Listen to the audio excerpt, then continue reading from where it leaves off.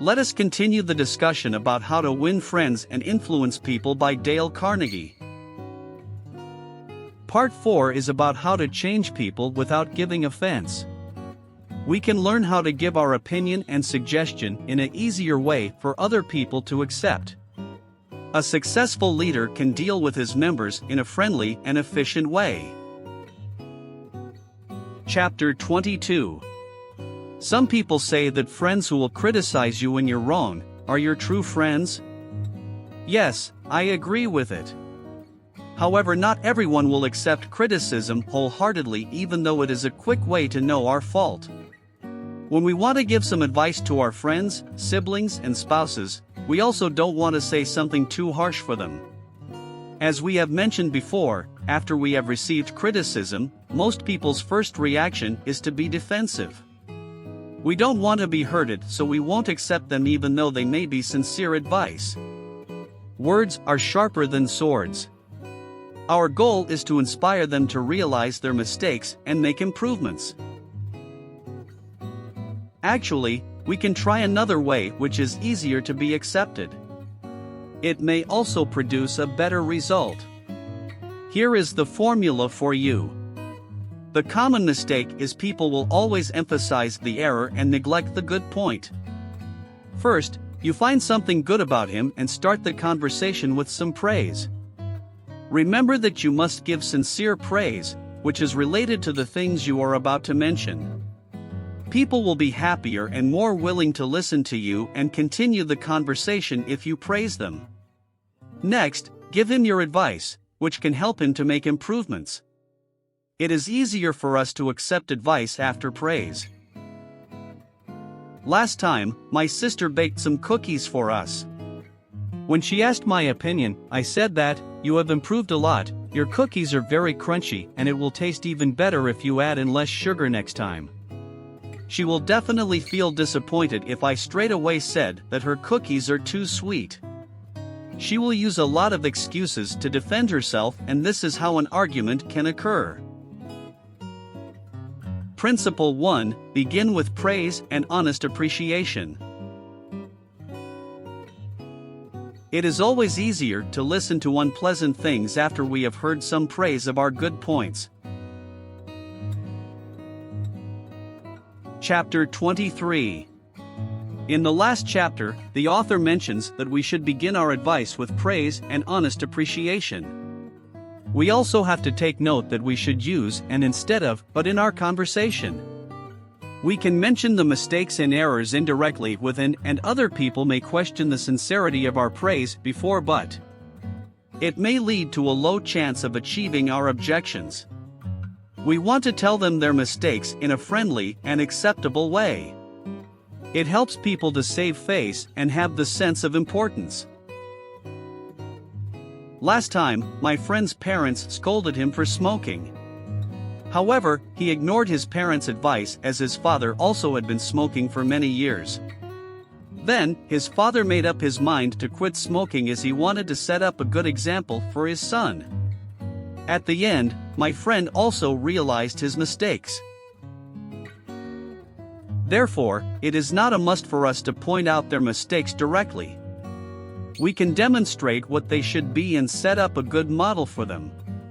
Parents, teachers, and peers play an important role to achieve these goals. We should let them realize and notice their mistakes indirectly and guide them to make changes. It is easier for them to accept their mistakes and improve themselves. Principle 2: Call attention to people's mistakes indirectly. Calling attention to one's mistakes indirectly works wonders with sensitive people who may bitterly resent any direct criticism. Chapter 24. Most of the time, we need other people to call attention to our mistakes and bad behaviors, as it is quite hard for us to spot them by ourselves. It is a faster way to notice our mistakes, but most people won't accept it wholeheartedly. When we are not satisfied with someone's performance or behavior, before we point out their mistakes, try to think about whether we are also making the same mistake. To further illustrate this point, it is not persuasive if a smoker criticizes another smoker and asks him to quit smoking. However, if we notice that we are also wrong in that situation, we should bring up our own mistakes before criticizing another person. Instead of emphasizing his mistakes, we should convey a message that we can improve together. It is easier for him to accept our advice. As elders, like parents and teachers, they tend to expect too much from their children. Once they do not hit the target or meet their expectations, parents will criticize their children for being lazy and not putting in enough effort. Parents should put themselves in their children's shoes and think about whether they have done theirs. If we cannot do better than them in their situation, we should lower our expectations. This same goes for a leader in a group and company. Principle 3. Talk about your own mistakes before criticizing the other person. Admitting one's own mistakes even when one hasn't corrected them can help convince somebody to change his behavior. Chapter 25. During wartime, when the general gave out a command, all soldiers had to obey the order unconditionally. It contributed to high efficiency in the army. However, soldiers also lost the golden opportunity to sound off if they realized and noticed the general had made a wrong decision. As soldiers, they knew that their duty was only to obey the command. Not only in the army, this phenomenon also occurs in our daily life. Parents, teachers, and employers may want their children, students, and employees to follow whatever they say. They may also be aggressive when they question their orders. However, in my opinion, this is not suitable for people nowadays. As a leader, it is very difficult to control a large group of people with power. No one likes to take command. As leaders, if we want to win respect from other people, we must take the initiative to show respect to them. One way is to respect their opinion. Nowadays, many parents try to treat their children as friends. That's why they can share lots about themselves with their parents. Parents are more willing to listen and understand their opinions. Respect is the key. If we notice that other people have made a mistake, instead of criticism or command, giving advice and asking questions are the alternative. For example, try to replace "do this" or "do that," or "don't do this" or "don't do that," with "you might consider this," or "do you think that would work?" Bringing up our opinion without offense will contribute to more effective communication and efficient work. Principle 4. Ask questions instead of giving direct orders. Asking questions not only makes an order more palatable, it often stimulates the creativity of the persons whom you ask. Chapter 26. Back in my primary school, the thing I was scared of the most was writing essays. After my teacher had marked the essays, he would pick some of them and read them out in front of the whole class. He liked to choose the essays that he thought were funny. It is quite scary if your essay was chosen and your classmates would laugh at it. Your hard work was treated as a joke. Everyone was scared to make any mistakes. We also lost the golden opportunity to learn from mistakes. Actually, I know that my teacher wants to avoid the same mistakes by sharing them with us. However, he doesn't consider that it may embarrass his students and not everyone can accept it. He should point out the good points of our essays and offer some compliments before he gives advice for improvement. He can also achieve his target while letting students save face. As a result, his students will also feel more confident and try their best to complete the essays better next time. Some parents and teachers also will punish children in front of other people, without even considering the hurt to their feelings and pride. Undoubtedly, it will be effective in the short run because no one wants to lose face. Even if we know that person is definitely wrong, we try to save his face. He will be thankful and give a greater return. Principle 5, let the other person save face. Hurting a man in his dignity is a crime. Chapter 27. Sense of importance in a man is emphasized many times in this book. Even though we know that we must offer sincere praise and appreciation, it is also quite hard to be executed and applied all the time. If someone shows improvement in his work, try to give some rewards and encouragement, even if it is only a slight improvement. He may lose the motivation to keep moving forward if nobody appreciates his efforts. This magic ability will really inspire people with realization of their latent possibilities. That may even achieve greater accomplishment than we expected. Then, why don't we take initiative to praise people since we won't suffer any loss? It is quite common for us to see some animal trainers give snacks to their little buddies as rewards and encouragement even when they show slightest improvement. We can also use the same techniques to change people. Take note that we cannot just make a general flattery. It should not be something the other people may be saying just to make one feel good. It will be more meaningful if we can actually point out the specific accomplishment and improvement. Mention how one's work and performances are superior to others. Abilities wither under criticism, they blossom under encouragement. Principle 6, praise the slightest improvement and praise every improvement. Be hearty in your approbation and lavish in your praise. Praise is like sunlight to the warm human spirit, we cannot flower and grow without it. Chapter 28. How to guide people to do whatever we want.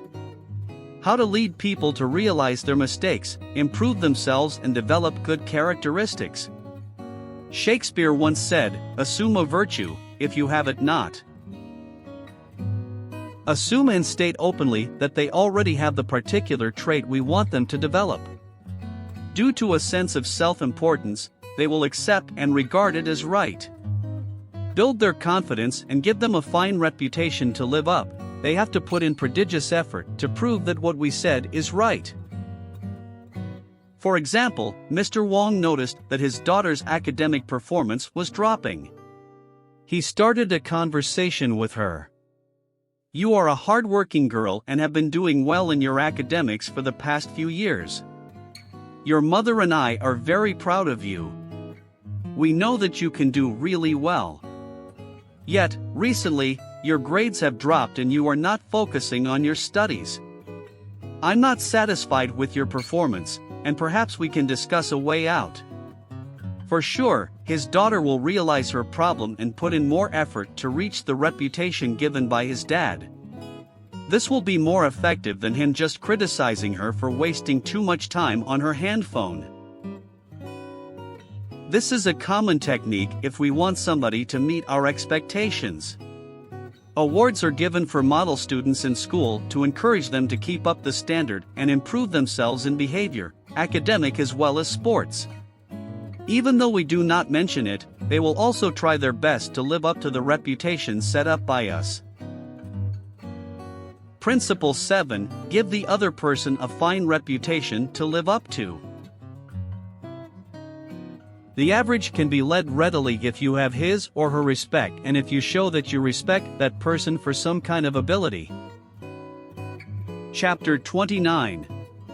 Since I was young, I have taken part in various kinds of activities, like playing badminton, taekwondo, playing guitar, and lots more.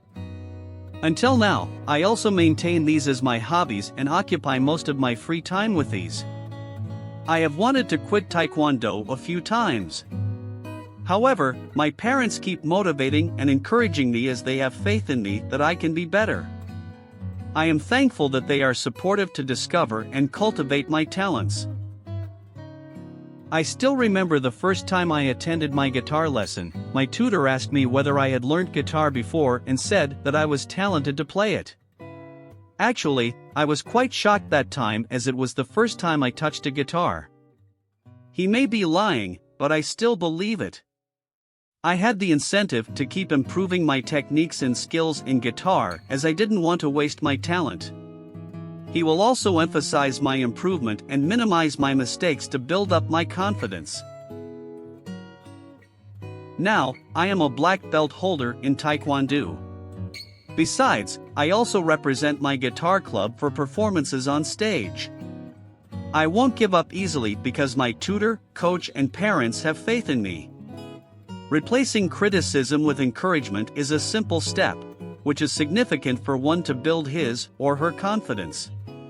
If our effort is appreciated, this will also be the greatest motivation. As the coach of a professional player, undoubtedly, their duty is to plan training programs and analyze the competition between the player and different competitors. Besides, coaches also have the responsibility to motivate and have faith in the player. He will do his best in every game as he knows someone always believes him to be the best. Principle 8. Use encouragement. Make the fault seem easy to correct. Let the other person know that you have faith in his ability to do it, that he has an undeveloped flair for it. Chapter 30. In my primary school, one of my classmates used to be a naughty and mischievous boy. He never paid attention during lessons and was always late to submit his schoolwork. Teachers had scolded him many times, but still in vain. However, one of my teachers nominated him to be the class monitor. At the beginning, he didn't play a good role as a monitor. However, my teacher praised his every slightest improvement in front of all of us. At the end of the year, he actually became a good leader in our class. He took the responsibility when the title of monitor was offered to him. He was motivated to improve himself as he knew that he was the one in charge of our class. When I'm in national service, an officer will conduct a check on the cleanliness of our bunk. Even though we have cleaned it for hours, he can still find dust and ask us to redo it. At first, we are quite frustrated and think that he is just deliberately making difficulties for us.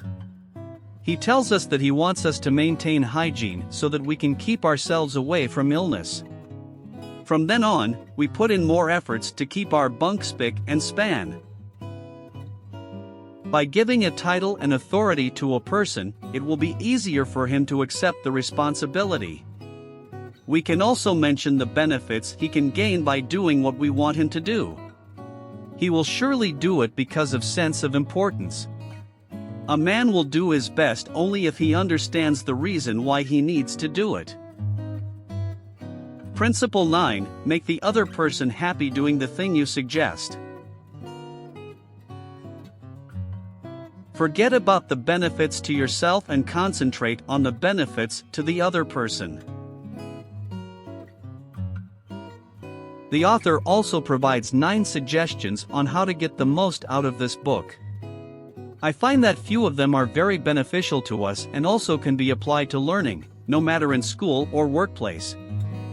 Firstly, the author emphasized that we should have a strong desire and vigorous determination to learn. Motivation won't lead us to success, but determination will. He also suggested that we have a bird's-eye view of the book first, before you repeat each chapter. Have a general concept and we can absorb more when we revise the chapter. Besides, we also have to understand and think over what we have read. You can also use some pencils, highlighters and crayons to assist you. I also recommend you to use Kindle. Last but not least, learning is an active process. We have to apply it to our daily routine so that we can master the principles, or else we will forget them in a short time. Don't forget to review this book during free time. Feel free to share your thoughts. Remember to subscribe, like and share.